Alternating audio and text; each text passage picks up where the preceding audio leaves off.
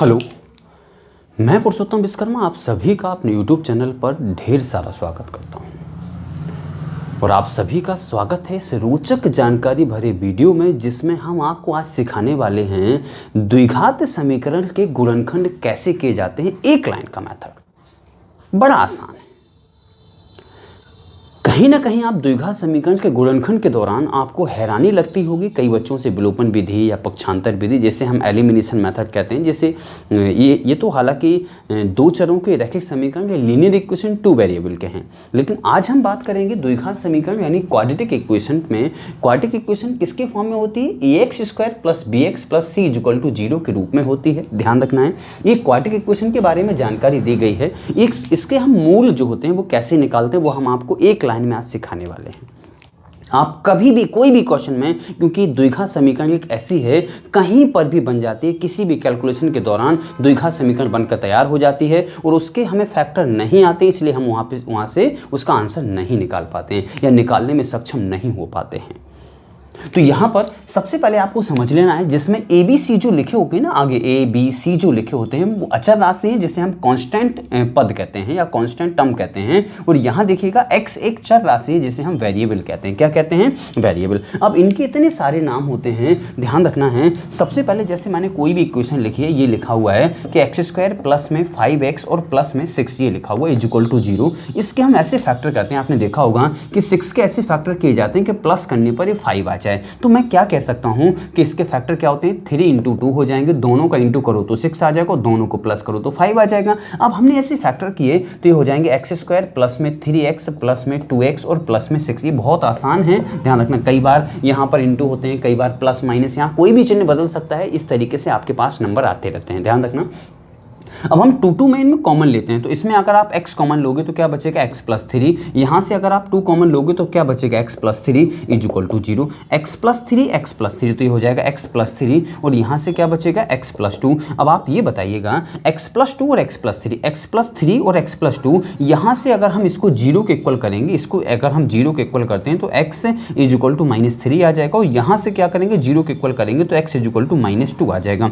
इनको डायरेक्ट निकालने का मेथड हम आपको सिखाने वाले हैं। इतना सा प्रोसेस, ये बहुत छोटा क्वेश्चन था इसलिए आपको लग रहा होगा बड़ा आसान है। इस तरीके से भी आसान है, इतना लंबा सीखने की क्या आवश्यकता है, लेकिन आप बहुत आसानी से सीख जाएंगे। आप इतने आसानी से सीख जाएंगे, जो भी आर्ट वाले बच्चे हैं या जो बायो वाले बच्चे हैं, जिन्होंने मैथ्स को अच्छी तरीके गहराई से नहीं पढ़ा है, खास तौर से उनके लिए। कई बच्चे इस तरीके से फैक्टर कर लेते हैं, बहुत अच्छी बात है, लेकिन कुछ बच्चे नहीं कर पाते। उन सब के लिए मैंने ये लिखा हुआ है बहुत अच्छे तरीके से।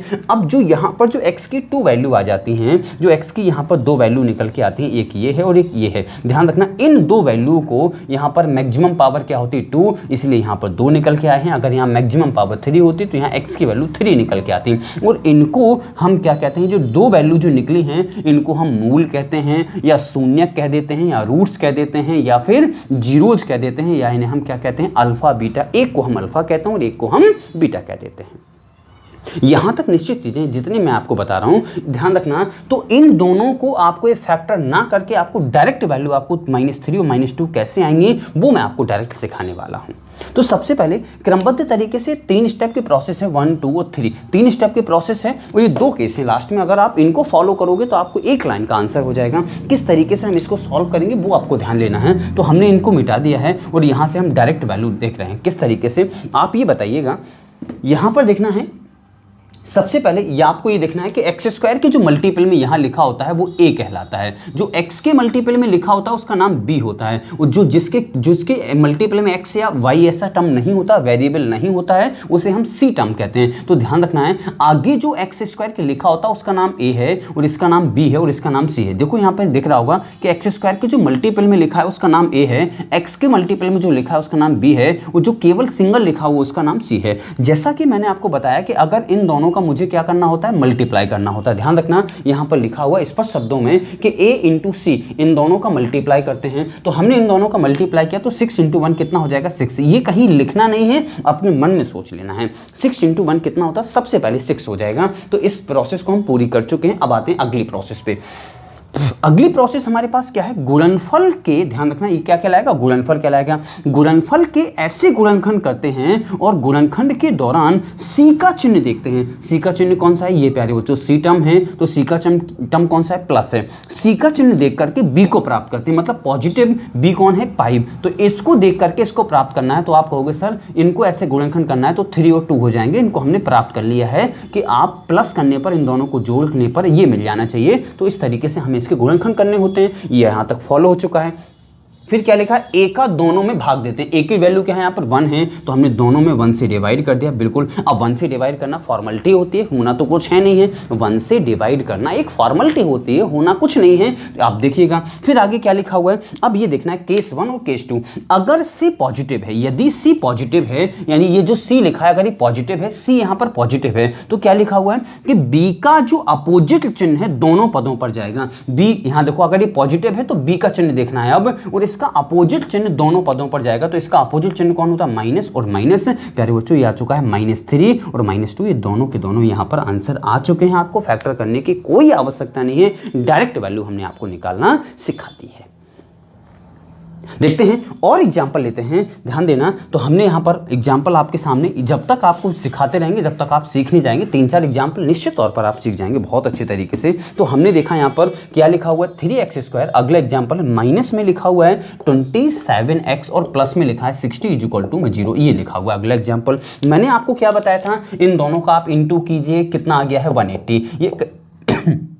ये कहीं लिखना नहीं है, ये कहीं लिखना नहीं है, लेकिन अपने मन में सोच लेना है। अब इसके ध्यान रखना है। फिर यहां पर क्या लिखा हुआ, गुणनफल कैसे गुणनखंड करने हैं, और गुणनफल के दौरान सी का चिन्ह देखना है। ये प्लस लगा हुआ है, प्लस करने पे चाहिए है, और बी को प्राप्त करते हैं मतलब 27। तो इसके ऐसे फैक्टर करने हैं कि प्लस करने पे 27, प्लस करने पे 27, तो इसके फैक्टर ऐसे क्या होते हैं, तो 15 × में 12 होते हैं। समझ में आ गया होगा इसके ऐसे फैक्टर, जिनको प्लस करने पे 27 और इंटू करने पर ये, निश्चित पर आपको इतना समझ में आ चुका होगा। आगे क्या लिखा है, ए का दोनों में भाग देते हैं। तो ए कौन है, यहाँ पे 3 है, दोनों में हमने डिवाइड कर दिया। डिवाइड करने पर ये 5 बचेगा, डिवाइड करने पर ये 4। हो रहा है तो कर दो, नहीं हो रहा तो जहां का तहां लिखा रहने दो। हो रहा है तो कर दो, नहीं हो रहा है तो जहां का तहां लिख दो। फिर यहां पर क्या लिखा हुआ है, यदि सी पॉजिटिव है और यदि सी नेगेटिव है, तो सी पॉजिटिव है कि नेगेटिव, ये पॉजिटिव है। तो पॉजिटिव में मैंने आपको क्या बताया था कि इसका ध्यान रखना। फिर अगर ये पॉजिटिव है तो चिन्ह इसका देखना है, बी का चिन्ह देखना है, और इसका अपोजिट चिन्ह दोनों पर जाएगा। तो इसका अपोजिट चिन्ह क्या होगा,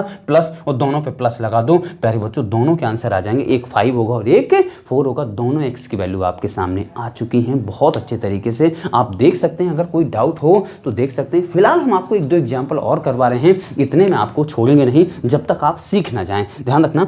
अगला हमारे पास एग्जाम्पल ये है, ध्यान देना।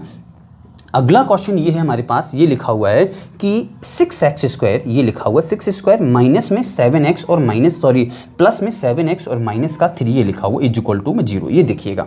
अब मुझे क्या करना है, ध्यान रखना। मैं आपको पहले बता चुका हूं कि इन दोनों का आपको इंटू करना है। ध्यान रखना, ए ये टर्म है, ये वाला ये टर्म कहलाता है, और सी ये टर्म कहलाता है। तो इन दोनों का इंटू करोगे तो कितना हो जाएगा, 18। ध्यान रखना, इन दोनों का इंटू करने पर क्या हो जाएगा, 18। अब 18 के ऐसे फैक्टर करने हैं कि माइनस करने पर 7 आ जाए। 18 के ऐसे, ध्यान ना, मैंने आपको क्या बताया था कि सी का चिन्ह देख करके बी को प्राप्त कर।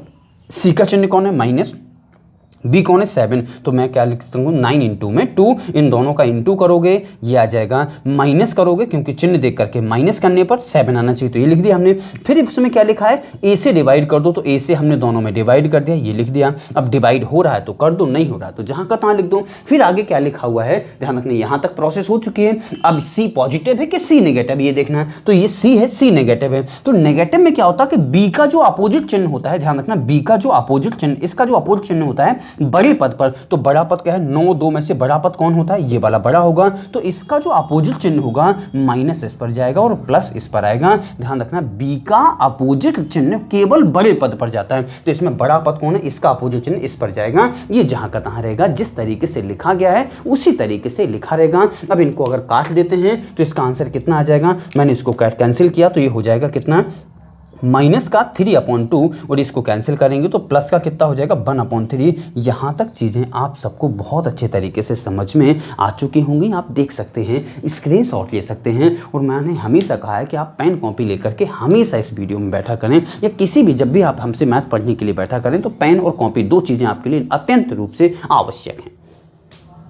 आगे चलते हैं, अगला क्वेश्चन देखते हैं। तो फिलहाल हमने इन चीज़ों को मिटा दिया है और अगला क्वेश्चन देखते हैं। अगला क्वेश्चन हमारे पास क्या है उसको देखते हैं।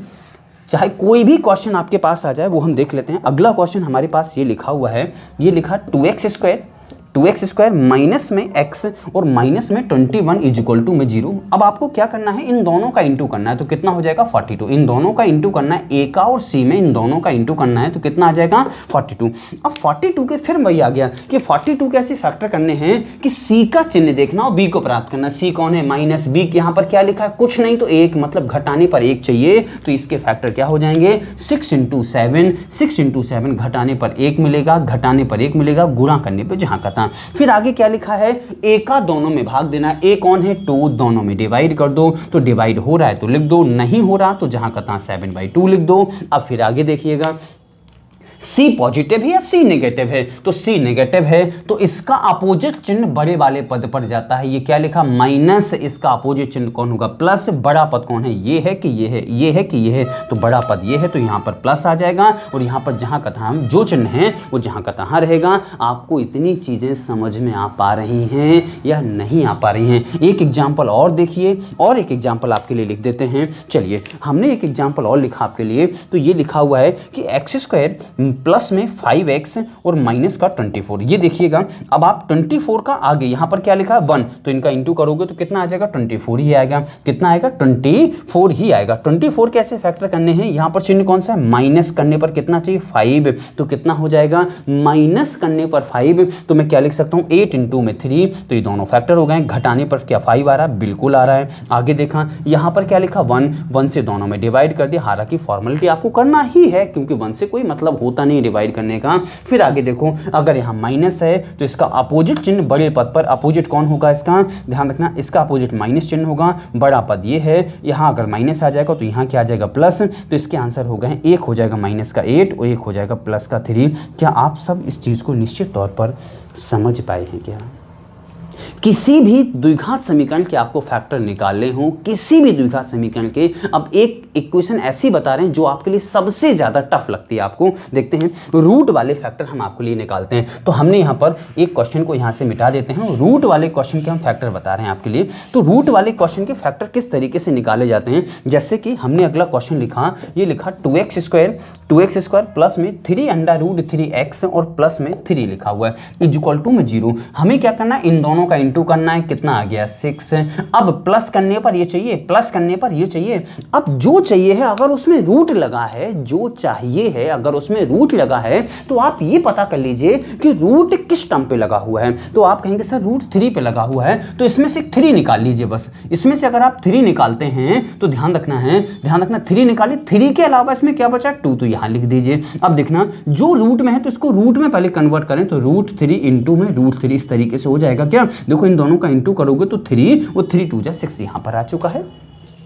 अब 2 को एक साथ ले लीजिए, तो हमने 2 को एक के साथ ले लिया है और इसके साथ कुछ नहीं तो इसे अलग लिख लीजिए इस तरीके से। इन दोनों का इंटू करने पर निश्चित तौर पर कह सकते हैं क्या यही आएगा, बिल्कुल आएगा। और प्लस करने पर ये चाहिए तो ये 2√3 है और ये 1√3 है। 2√3 1√3 क्या 3√3 होता है क्या, हो गए फैक्टर। कितना आसान है। फिर मैंने आपको बताया था, ध्यान रखना, a से दोनों को भाग देना है। तो a से 2 है तो दोनों से मैं 2 से डिवाइड कर दो। यहाँ तक समझ में आ गया होगा। फिर अगर यहाँ प्लस है, देखो c पॉजिटिव है तो b का अपोजिट चिन्ह दोनों पर जाएगा। तो b कहाँ है, ये है। अब इसका अपोजिट चिन्ह दोनों पर क्या जाएगा माइनस। 2 से 2 कैंसिल आउट हो जाएगा, एक आंसर आ जाएगा -√3 और एक आ जाएगा -√3/2। क्या यहाँ तक निश्चित तौर पर आपको चीज़ें समझ में आ रही हैं या नहीं आ रही हैं, ये निश्चित तौर पर आप मुझे कमेंट करके जरूर बताइएगा। आप स्क्रीनशॉट ले सकते हैं, जो भी आपको लेना हो। मैंने आपको निश्चित तौर पर 4-5 क्वेश्चन आपको बता दिए हैं ताकि आपको बहुत अच्छे तरीके से समझ में आ चुका होगा। और इन आपको 3 से 4 स्टेप को आपको फॉलो करना है। 3 स्टेप ये लिखे हुए हैं, 2 केस लिखे हमारे पास। आप दोनों को बहुत अच्छे तरीके से अप्लाई कर सकते हैं। निश्चित तौर पर आपको बहुत अच्छे से चीज़ें समझ में आ रही होंगी। यदि आपको चीज़ें बहुत अच्छे से समझ में आ रही हैं तो निश्चित तौर पर फैलाने का प्रयास करना है। और आप सभी का वीडियो देखने के लिए ढेर सारा ... और फैलाने का प्रयास जरूर करना है। धन्यवाद।